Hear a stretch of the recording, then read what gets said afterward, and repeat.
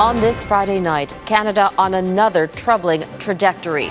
The fear of a rapid rise in cases with deadlier variants starting to dominate. We are in a very tight race between vaccines versus variants. And Canada's vaccine delivery is hit with another delay.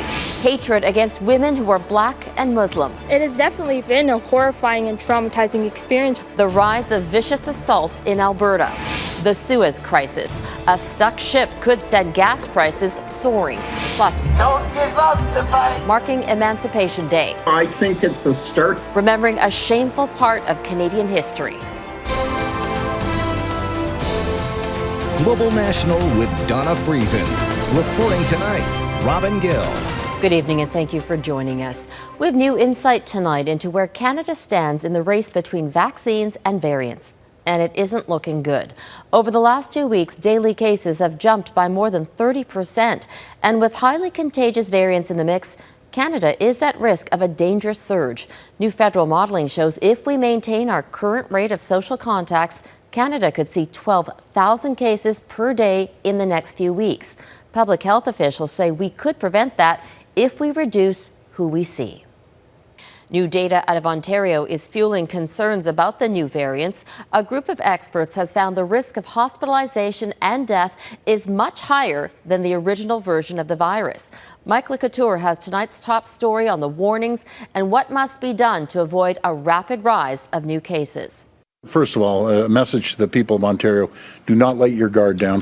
Despite that warning, Ontario's premier is relaxing restrictions in certain areas for certain activities. Next month, nail and hair salons will be allowed to reopen in the province's grey level lockdown zone, and outdoor gym training is being permitted. We should all be on high alert, absolutely high alert. But, you know, I'm going to be frank, people are tired. I'm telling you, they're tired, they're exhausted out there. That may be true, but Canada's chief public health officer is anxious with Passover, Easter, and Ramadan approaching and COVID-19 variants spreading. Dr. Theresa Tam fears a repeat of Christmas, where people got together, ignoring health guidelines. We are in a very tight race between vaccines versus variants. New, soon-to-be-released data shows just how dangerous those variants are. According to Ontario's Science Advisory Table, COVID-19 variants result in an approximately 60% increased risk of hospitalization and a similar increase in risk of death as compared to the original strain. We have two pandemics. We have the pandemic with the early variants completely under control, contained, and the pandemic with the new variants absolutely out of control. And that's what we need to address now. And they need to address it especially with younger adults. According to new federal modeling, infection rates among people 80 and older have dropped dramatically since January, which coincides with the ramp up in vaccinations. The bigger concern now is that the highest number of cases is being reported in younger adults aged 20 to 39. It's why Canada's chief public health officer is asking people to hold on until the fall, when perhaps things can be a little more normal. You're going to be able to go back into your social spaces, schools, universities, in a way that you can manage and not have to keep shut things down. But Dr. Tam stressed it will all be based on the data and not a specific date, adding personal protective measures will likely remain in place for some time. Robin? Mike Couteur in Ottawa. Thanks, Mike. There is some temporary trouble with a vaccine shipment. The federal government had been expecting a delivery of 590,000 doses of the Moderna vaccine this weekend, but it's been delayed until next week because of a backlog in the company's quality assurance process. Come next week, Canada should get a big bump in vaccine deliveries. In addition to the 590,000 delayed Moderna doses, Canada is expecting nearly 1.2 million Pfizer-BioNTech doses, plus 1.5 million AstraZeneca doses from the U.S. The government says those will be arriving by truck on Tuesday. So add it all up, in total, Canada will get 3.2 million doses.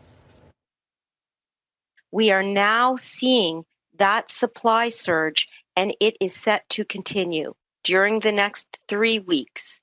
Canada is scheduled to receive the same number of doses that we have received over the course of the last 3 months. And this schedule will continue to accelerate. In Canada today, almost 217,000 doses have been given out. More than 4.1 million Canadians have now received at least one dose. That works out to nearly 11% of the population.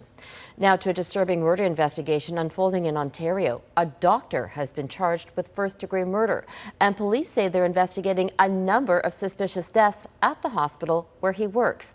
The deaths happened at the General Hospital in Hawkesbury, a town between Ottawa and Montreal. Police say they made an arrest at the hospital last night. They did not name the suspect, but he's been identified as Dr. Brian Nadler. His lawyer says he maintains his innocence and will vigorously defend himself. A former Canadian soldier has pleaded guilty in a sexual assault case that led to an independent investigation into sexual misconduct in the military. In 2011, André Gagnon assaulted Stéphanie Raymond after a party at an armory near Quebec City. He was tried by court-martial and acquitted in 2014. Eventually, the case went to the Supreme Court of Canada and a new trial was ordered. In 2013, Raymond spoke to Maclean's magazine about the assault and her negative experience reporting it. The coverage led to the military establishing Operation Honor, an effort to stamp out sexual misconduct in the military. This week, the military announced the end of Operation Honor. The decision came after many victims said they felt it was ineffective and poisoned. A series of racially motivated attacks against Black Muslim women in Alberta has the province on edge. At least 7 women have been targeted in Edmonton and Calgary since December. In the most recent incident, a teenage girl was threatened and physically assaulted. The Muslim community says Islamophobia and anti-Black racism have always been a problem in the province, but the pandemic has made it worse. Heather Yourex-West explains. Muslim women in Alberta are exhausted. It has definitely been a horrifying and traumatizing experience for the Muslim community at large. In recent months, Black Muslim women wearing hijab in Edmonton and Calgary have been targets in a series of racist attacks. In December, a mother and daughter were violently assaulted in an Edmonton Mall parking lot. Less than a week later, another woman was attacked at a city transit station. And just last weekend, a 28-year-old woman was charged after a racially motivated assault on a teenage girl. Police say the woman yelled racist slurs, kicked and punched the girl, and removed her hijab. These 7 attacks on Muslim women showcase how large of an issue it is. The National Council of Canadian Muslims has been calling on local government leaders to take action. Edmonton's mayor says the city has improved security around transit stations, but he also believes there's a larger problem at play. With the tiki torches that we saw here in Edmonton as part of the anti-mask rally last month, I think there is a needed conversation about ensuring that symbols of hate are properly recognized. For months, Calgary and Edmonton have seen weekly protests against COVID restrictions. Along with the use of tiki torches, the rallies have also seen the presence of known white nationalist groups like the Proud Boys. The freedom rallies are not freedom rallies. You can call them whatever you want to. Call it a Smurf parade. I don't care. It is not that. It's a hate rally. Edmonton's police chief has denounced the use of tiki torches at the rallies, but he says there's little legally that can be done. Calgary police say no formal complaints have been made. And so the rallies continue as Muslim women continue feeling unsafe. Heather Yourex-West, Global News, Calgary. The Ever Given is causing ever-growing chaos in the Suez Canal. It is now going on 4 days since the massive container ship became stuck, cutting off one of the world's most important shipping routes. So far, efforts to free the ship have failed. And as Eric Sorensen reports, the toll is growing by the day. It is still stuck, but now heavy dredging equipment has been moved in to try to free the giant vessel, Ever Given, and unplug the Suez Canal. Engineers and salvage experts are puzzling over how to do it. The company that owns the ship has apologized. Officials suggest a wind and dust storm may have caused it to run aground. One maritime expert thinks speed may have been a factor for a vessel that is almost a half kilometer long.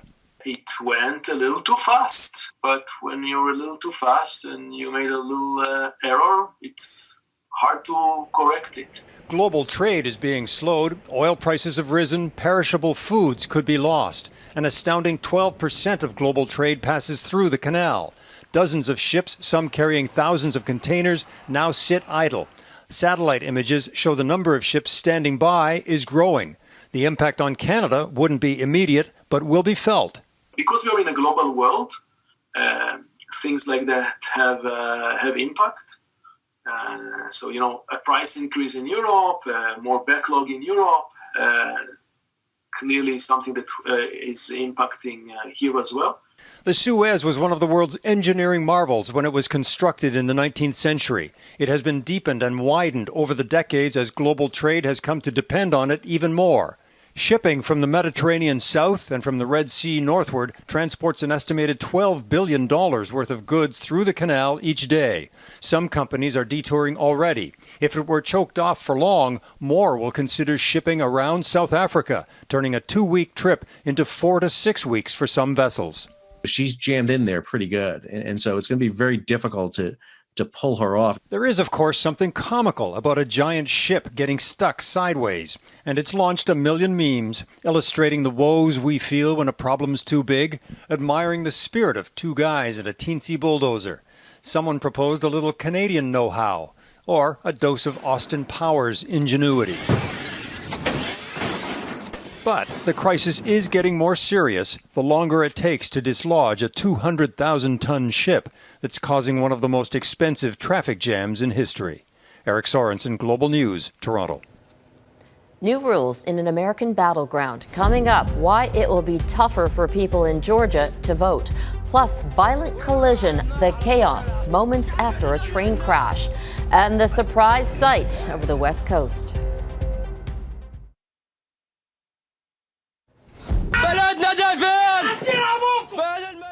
Here are the terrifying and chaotic moments after a deadly train crash in Egypt.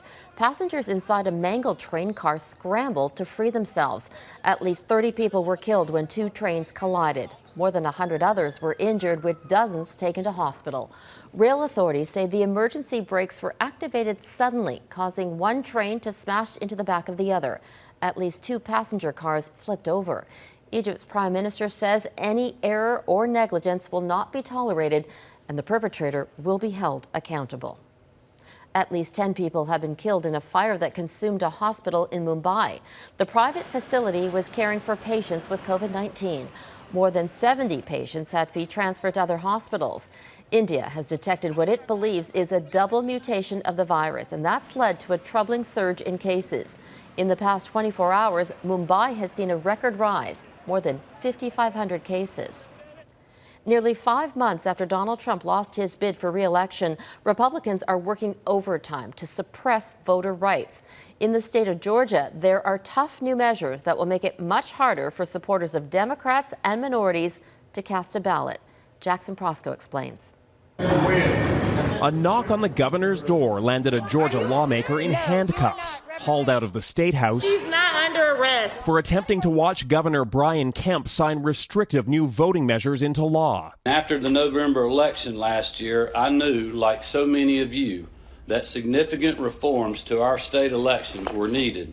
In Georgia, it's now a crime to offer food or water to anyone waiting to vote.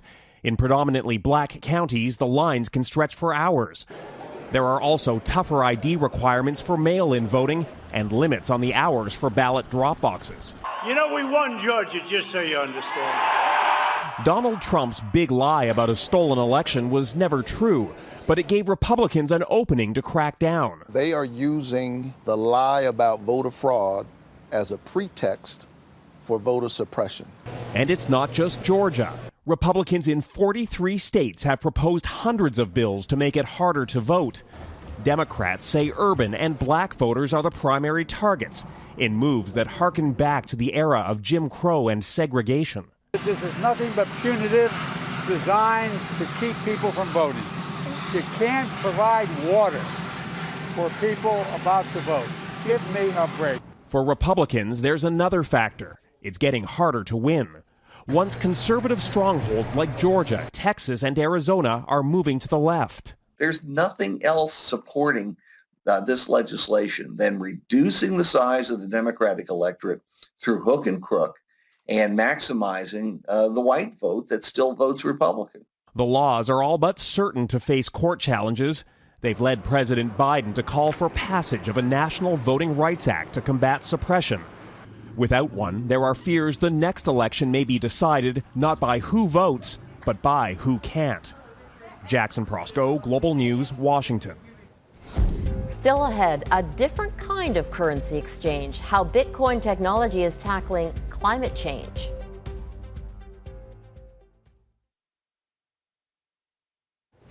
What is that?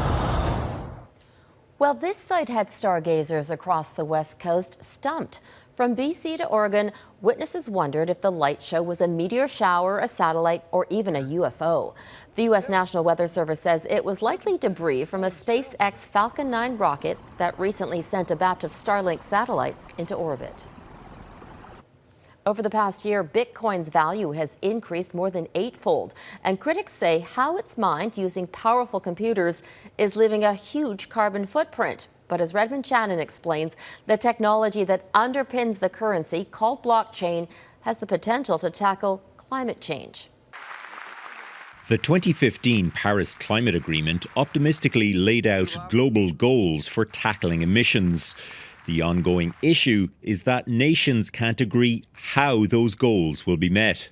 One booming emission source since Paris is cryptocurrency mining, currently estimated to use as much energy worldwide as all of Sweden.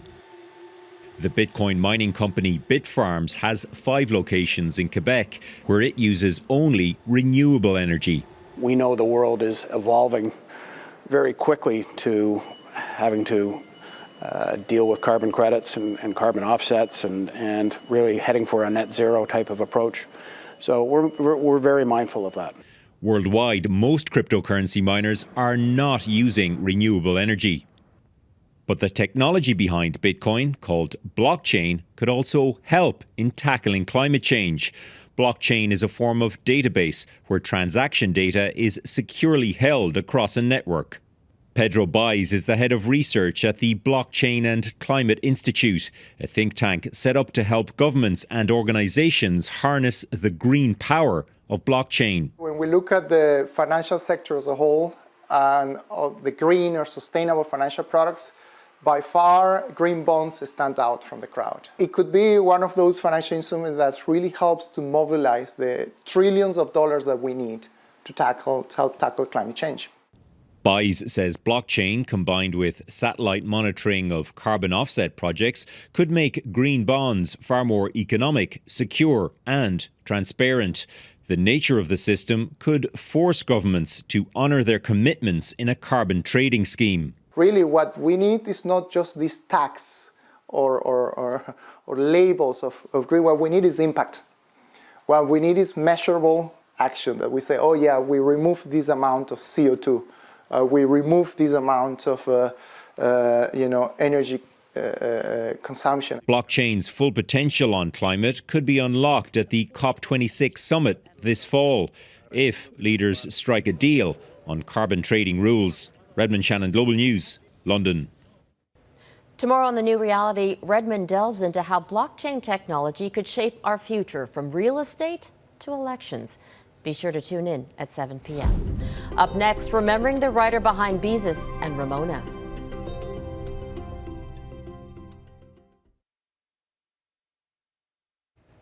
One of the world's most beloved children's authors has died.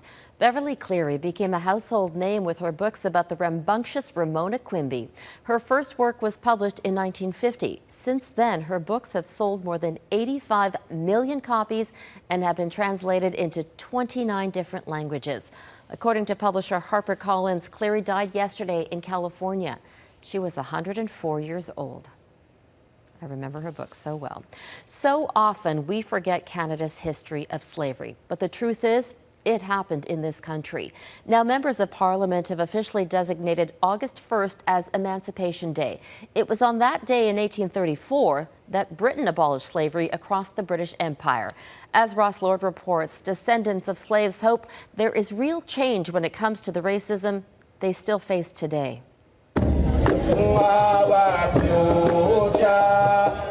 Some parts of the world, like Caribbean countries, already celebrate Emancipation Day. So do some Canadian cities, like Toronto.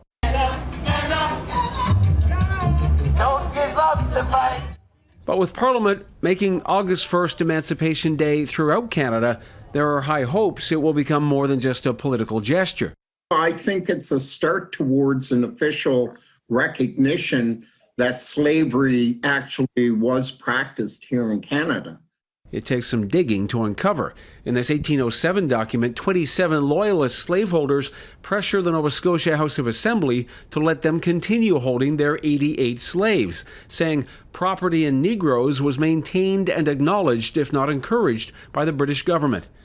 The petitioners called on the government to secure their property by law or compensate them if slavery was abolished.